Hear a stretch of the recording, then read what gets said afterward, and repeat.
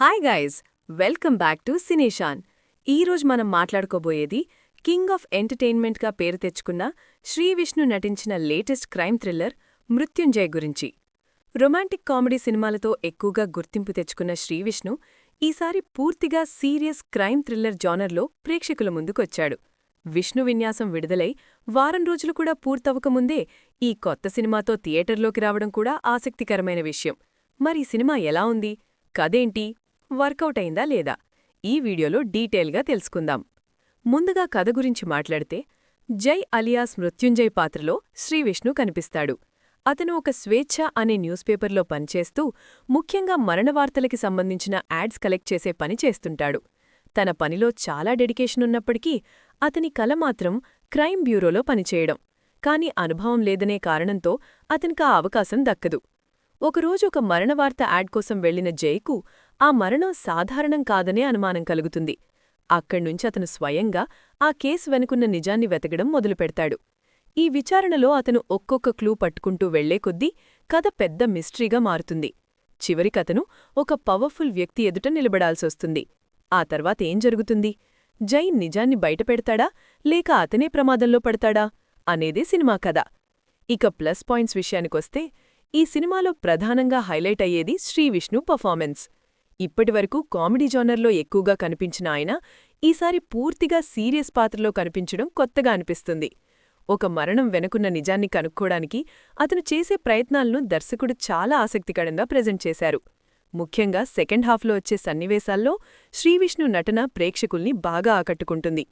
సినిమాకు మరో పెద్ద plus point villain character.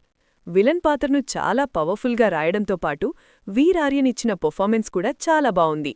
Hero villain ఇద్దరూ తెలివిగా ప్లాన్లు వేసుకుంటూ ఒకరినొకరు ఢీకొనే సీన్స్ సెకండ్ హాఫ్లో మంచి థ్రిల్ ఇస్తాయి. పోలీస్ ఆఫీసర్ పాత్రలో రేబా మోనికా జాన్ కూడా మంచి పర్ఫార్మెన్స్ ఇచ్చారు. ముఖ్యంగా క్లైమాక్స్ దగ్గర ఆమె చేసే యాక్షన్ సన్నివేశాలు ఆకట్టుకుంటాయి. అలాగే ఈ సినిమాలో ఎలాంటి రొమాంటిక్ ట్రాక్ లేకుండా పూర్తిగా స్టోరీ మీద ఫోకస్ పెట్టడం కూడా ప్లస్ పాయింట్గా చెప్పొచ్చు. ఇక మైనస్ పాయింట్స్ విషయానికొస్తే, మృత్యుంజయ్ మంచి కాన్సెప్ట్తో వచ్చిన సినిమా అయినా కూడా కొన్ని లోపాల వల్ల నెక్స్ట్ లెవెల్కి వెళ్లలేకపోయింది. ముఖ్యంగా సినిమా మొదట్లో వచ్చే సీన్స్ అంతగా ఇంపాక్ట్ ఇవ్వవు. హీరో నేపథ్యం, అతని క్యారెక్టర్ పరిచయం చేసిన విధానం కొంచెం స్లోగా అనిపిస్తుంది. ఫస్ట్ హాఫ్ చాలా క్యాజువల్గా సాగడంతో ప్రేక్షకులు పూర్తిగా స్టోరీలో ఇమ్మడ్డానికి కొంచెం టైం పడుతుంది. అసలు థ్రిల్ మాత్రం ప్రీ ఇంటర్వెల్ దగ్గర్నుంచి మొదలవుతుంది.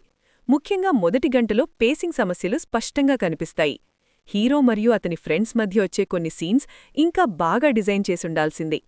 అలాగే ఈ కథలో తీసుకున్న పాయింట్ కూడా పూర్తిగా కొత్తదేమీ తాకపోవడంతో కొంతమంది ప్రేక్షకులకు ఇది ప్రెడిక్టబుల్గా అనిపించే అవకాశముంది.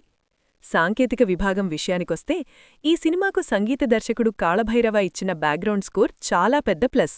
ఉత్కంఠభరిత సన్నివేశాలను తన మ్యూజిక్తో మరింత ఎలివేట్ చేశాడు. సినిమాటోగ్రఫీ, నిర్మాణ విలువలు కూడా మంచి స్థాయిలో ఉన్నాయి. దర్శకుడు హుసేన్ షా కిరణ్ హీరో విలన్ మధ్య సాగే మైండ్ గేమ్ను బాగా హ్యాండిల్ చేశారు. కానీ ఫస్ట్ హాఫ్ మీద ఇంకొంచెం శ్రద్ధ పెట్టుంటే సినిమా ఇంపాక్ట్ ఇంకా పెరిగేదనే ఫీలింగ్ వస్తుంది. మొత్తంగా చూస్తే మృత్యుంజయ్ ఒక డీసెంట్ క్రైమ్ థ్రిల్లర్గా ప్రేక్షకుల్ని మెప్పిస్తుంది. శ్రీవిష్ణు తన కొత్త జానర్లో మంచి పర్ఫార్మెన్స్ ఇచ్చాడు. రేబా మోనికా జాన్, వీర్ ఆర్యన్ కూడా తమ పాత్రల్లో మెప్పించారు. ముఖ్యంగా సెకండ్ హాఫ్లో హీరో విలన్ మధ్య జరిగే మైండ్ గేమ్ సినిమా ప్రధాన హైలైట్. కానీ ఫస్ట్ హాఫ్ కొంచెం స్లోగా ఉండడంతో ఓవరాల్ ఇంపాక్ట్ కొద్దిగా తగ్గింది. క్రైమ్ థ్రిల్లర్ సినిమాలు ఇష్టపడేవారికి మాత్రం ఈ సినిమా ఒకసారి ట్రై చేయదగ్గదే.